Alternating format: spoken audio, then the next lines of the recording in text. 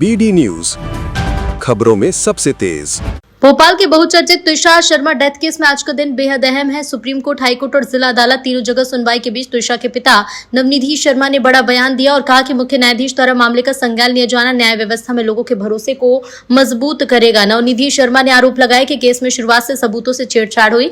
उन्होंने कहा कि क्राइम सीन को खुला छोड़ दिया गया है, हम साक्ष्य से समझौता हुआ और एंटीसिपेटरी बेल मिलने के बाद मसाज पार्लर में की गई वीडियोग्राफी पर भी सवाल खड़े करते उन्होंने दावा किया कि मामले के डिजाइन नैरेटिव दुनिया के सामने पेश करने की कोशिश हो रही है। तुषार के पिता ने तुरंत सीबीआई जांच शुरू करने की मांग दोहराते हुए कहा कि बचे हुए सबूत अब सच्चाई तक पहुंचने की सबसे बड़ी उम्मीद है।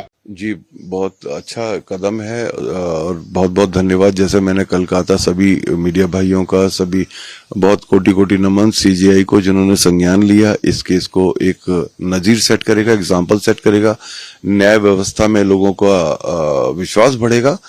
और आज 3 सुनवाई है, बड़ा दिन है। लेट्स होप, हम आशा करते हैं कि हमें न्याय की प्रक्रिया में एक कदम आगे बढ़े हैं। सर, देखने में आ रहा है कि कॉल डिटेल्स सेव करने के लिए भी आपने जी कॉल डिटेल्स, क्योंकि देखिए बहुत ज्यादा टेम्परिंग ऑलरेडी हो चुकी है। जो सिस्टम है उसने जो है इनको एम्पल टाइम प्रोवाइड किया।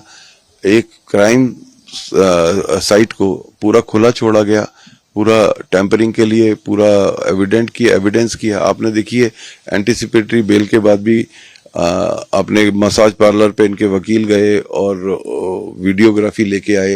ये एक बहुत बड़ा जो है टेम्परिंग है। आप बहुत सारे एविडेंस आप क्रिएट कर रहे हो, आप अपने अकॉर्डिंगली सारी चीजें सेट करना चाहते हो, उनको सारी चीज दिखाना चाहते हो। आप बहुत ज्यादा दिख रहा है साफ साफ कि एक पूरा डिजाइन करके, मैनिपुलेशन करके सारा काम कर रहे हो, इन्फ्लुएंस को यूज कर रहे हो, हर चीज को यूज करके आपने एक डिजाइन प्रोग्राम दुनिया के सामने रखा है।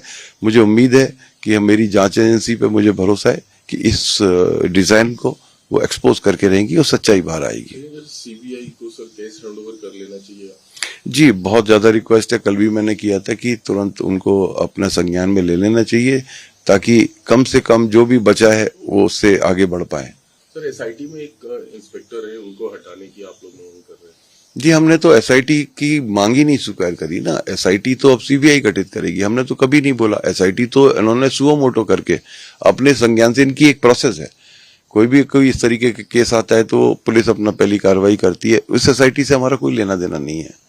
हाँ, उसमें एक टीआई थी जिनको हटाने के लिए आपके वकील ने भी बोला है नहीं, हमारे वकील ने नहीं बोला है हटाने के लिए। ये प्रशासनिक कार्रवाई है।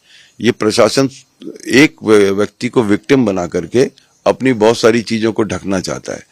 क्योंकि लिगेचर नहीं दिया गया था, तो लिगेचर नहीं देना एक सोची समझी सिस्टम की साजिश हो सकती है, पर सिस्टम इसका ओनस नहीं लेगा। ये नहीं कहेगा कि हमारी वजह से हुआ, वो किसी एक को विक्टिम बना देगा, वो सस्पेंड हो जाएगा, तो इनका जो दोष है वो ढक जाएगा। ये कार्रवाई चल रही है कि एक व्यक्ति के नाम पर सारा ठीकरा फोड़ करके हम सब बच जाएं, हमारा सिस्टम बच जाए, जिसके तहत हम काम कर रहे हैं। एक व्यक्ति को महकमा ही खुद ही टारगेट बना रहा है। इसमें ना हमारा कोई लेना देना है, ना हमारे वकील का कोई लेना देना।